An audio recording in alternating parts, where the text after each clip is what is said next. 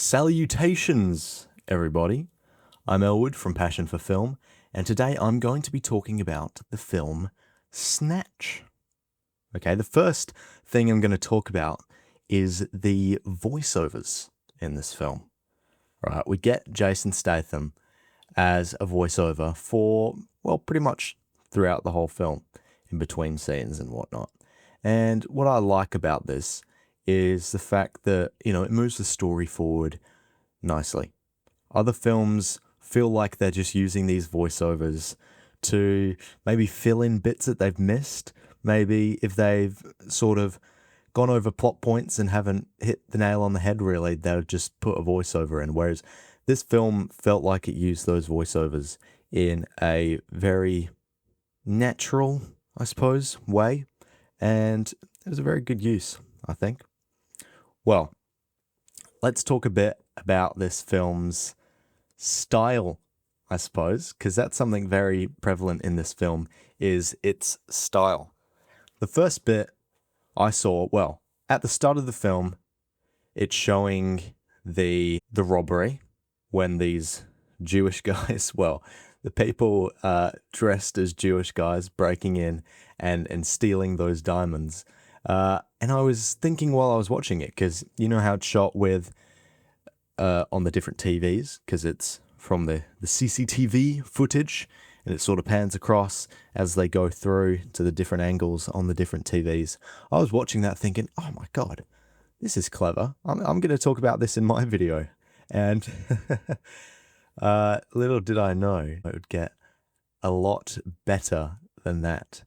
But, well, I thought it was a very creative way of showing it. I like when films do stuff like that. They use these different ways that aren't just the usual way a camera following them through, which is probably what other directors might have done.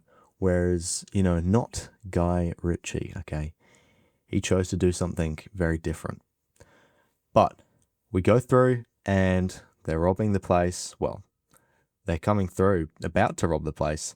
And as soon as they rob the joint and it kicks into motion and it shows that unique style, all of those cool shots, I knew I was in for a good film after that point. The use of jump cuts in this film, goodness gracious, it's like nothing I've ever seen before.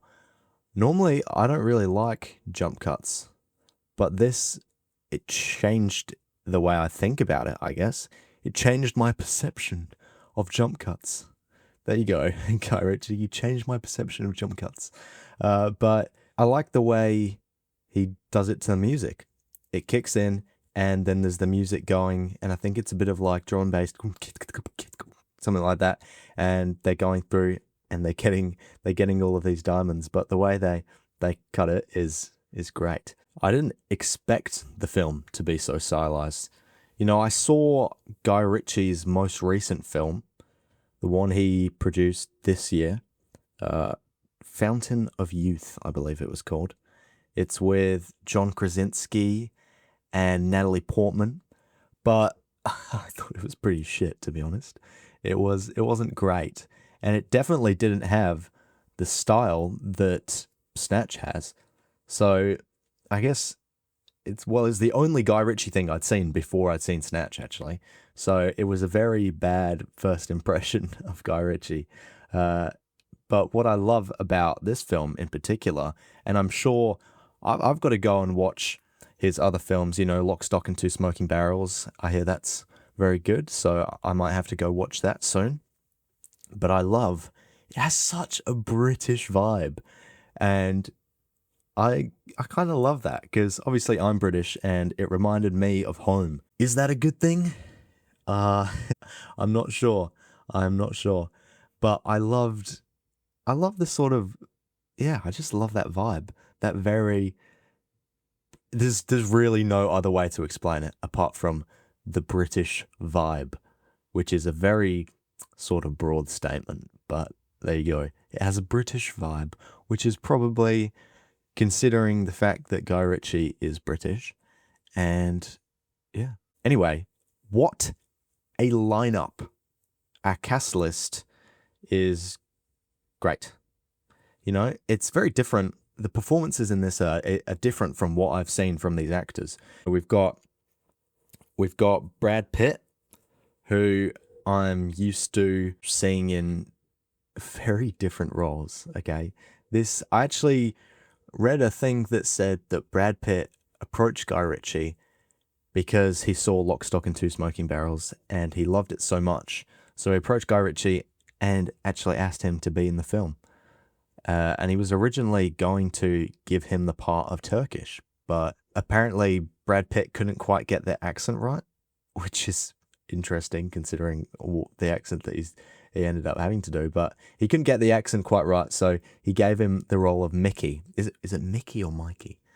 I think it's Mickey. He gave him the role of Mickey instead. And wow. Well, I'll talk about his character afterwards because that's a bit of a highlight from the film for me. But then, of course, we have Jason Statham, who the only things I've really seen him in is when he's being this sort of action hero kind of guy. What's the film he's in? The Meg, when he's that sort of, oh, I can do it. Give it to me. Come on, I can do it. That action hero. But in this, it was obviously a lot earlier when he was a lot younger, but he plays quite a different character. He's still cool, but he's not the main hero like I've seen him before. And then Stephen Graham, I think the only thing I've seen Stephen Graham in is an Arctic Monkeys music video. Okay, Arctic Monkeys is my favorite band, and he's in the music video for When the Sun Goes Down. And that's obviously, I know he's in, what's it called, that Netflix show Adolescence. He's in that, and I believe he plays a more sort of boisterous character. I think he plays the dad who's almost very protective, I guess. Whereas in this film, in Snatch, he's a little bit more timid, okay? He's gets referred to as a girl quite a lot by that character with the glasses. But yeah, he's a more timid character, something quite different for him, because obviously he's a lot smaller looking in Snatch than he is now. He's quite a stocky sort of bloke, whereas in Snatch, he's quite small. But here we go. I'm going to talk. Actually, I'll save Brad Pitt's character for a little bit. But the music in this film is something that interested me / confused me. I don't know. It was quite different because some of the music they used sounded. I don't really know. Okay, I've got something I can compare it to. It sounded like the background music for like an old mid 2010s online game, like some sort of lobby music. Hopefully somebody sort of gets what I'm saying with that. But that's when I was listening to it, it sort of took me back to my childhood a bit. It was very interesting. But all right, now we're going to talk about Brad Pitt's character of Mickey, okay?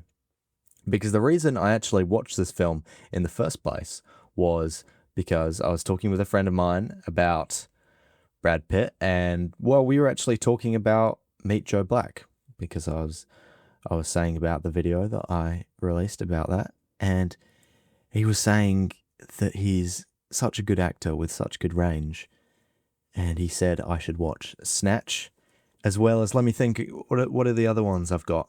Snatch, Troy, Interview with a Vampire, 12 Monkeys, which is something quite interesting, and I think I might go ahead and watch Fury. Apparently that's great as well, and that's also got Shia LaBeouf in it, which I do like Shia LaBeouf. I think I might do one of his films in my next video.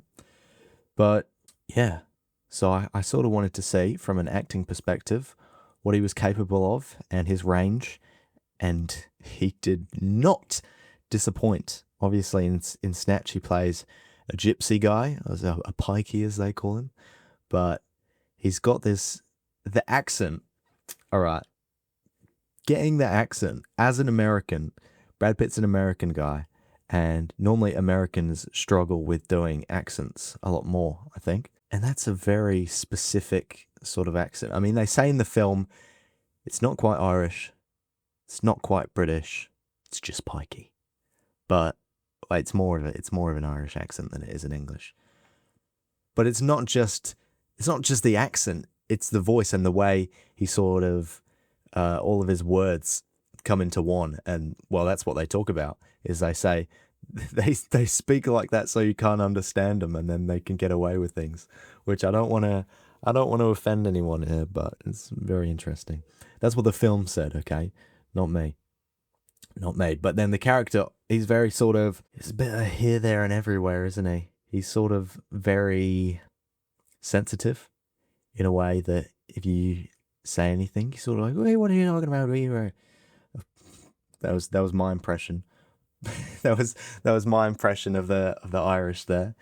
But and he kind of looks, just the way, and it's something very interesting when you see actors and they just don't look like themselves. Okay, that's something, especially with 12 Monkeys, which I'll have to watch soon.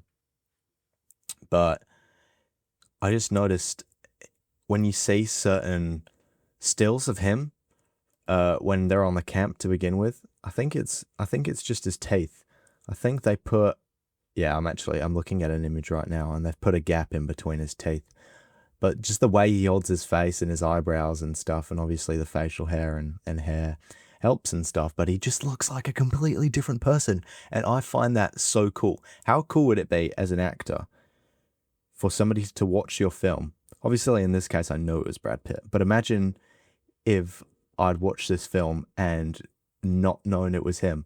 That would be so cool as an actor for that to happen. But it just goes to show that the actual movement and body language is just as important as getting your accent and your voice and the way you deliver your lines right. Okay? So we'll have more Brad Pitt content coming soon. I have to make a playlist of just Brad Pitt films, because I think I'm going to be going on a bit of a binge watch of some of his stuff. All right? Okay. I didn't go into this film expecting it to be as funny as it was. Well, I didn't actually know what the sort of genre of the film was.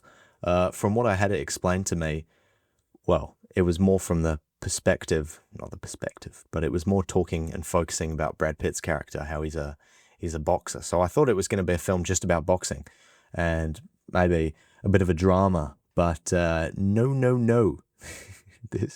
This film was so funny. Just, oh God. It had that British humor that, it's so great. There's so many hilarious parts. I wish I could quote some of the stuff, but a lot of it's quite offensive, I guess. But it's one of the funniest films I've seen in a while, okay? And just from the fact that it's not necessarily a comedy, but there's so much comedy in it, which is great. And you know, a lot of that comes from, well, it comes from clever writing, but a lot of it's the swearing. And the swearing in this film, I didn't mind, but normally I would. I hate films when you just feel like they're adding in swears for the sake of it, just to sort of almost hit a quota of being I can't remember the word for it, but I guess bold, maybe? A bold film? No, I'm sure you guys can figure out what I'm talking about, but just something that's a little bit out of the ordinary, I suppose, in the way that it's not a PG. But I feel like a lot of films try way too hard, whereas this, it didn't feel like it was trying to. Every swear was not necessarily needed, but it definitely added to it, okay? And the last thing I'm going to talk about now is a specific shot that I absolutely loved. And I don't know why I loved it so much, but it was that shot in the final battle. No, in the last fight, when the big guy, I guess he gives an uppercut to Brad Pitt, and he just flies through the air, and he ends up to the point where he's I don't know how it would be humanly possible to end up like that, but his head is like lower than his legs, just from being flung up so high from the power of that punch. And then the way he does it in slow motion, literally It probably only lasts for a couple of seconds, but in those couple of seconds, I was thinking about, oh, I've definitely got to mention this because this is great. I don't know what it was. I honestly don't know, but it was very cool. And then obviously he hits the ground, and then he goes through water, and it's sort of showing what's going on inside of his head, and the shots from where they're standing above, and it's kind of going up through the glass. I would like to try doing a shot like that because I feel it's very cool, and I've seen stuff like that before, and I've always thought it was cool. It's basically almost like they're just in a black void, and then the shot is from, oh, that's what it was in. Stranger Things does it a lot, okay? When Eleven is sort of concentrating, and she's in this sort of world, but it's darkness all around, and then the shot is below their feet shooting upwards as though POV of the ground, which is very interesting, but I like that very much. Anyway, that's the end of my discussion of Snatch today. I hope you enjoyed, and I hope you guys liked Snatch as much as I did. I'll obviously have to check out Lock, Stock and Two Smoking Barrels, another very famous Guy Ritchie film, and as well as the other Brad Pitt films that I will definitely be watching within the next week or so. All right, guys, take it easy. See you later.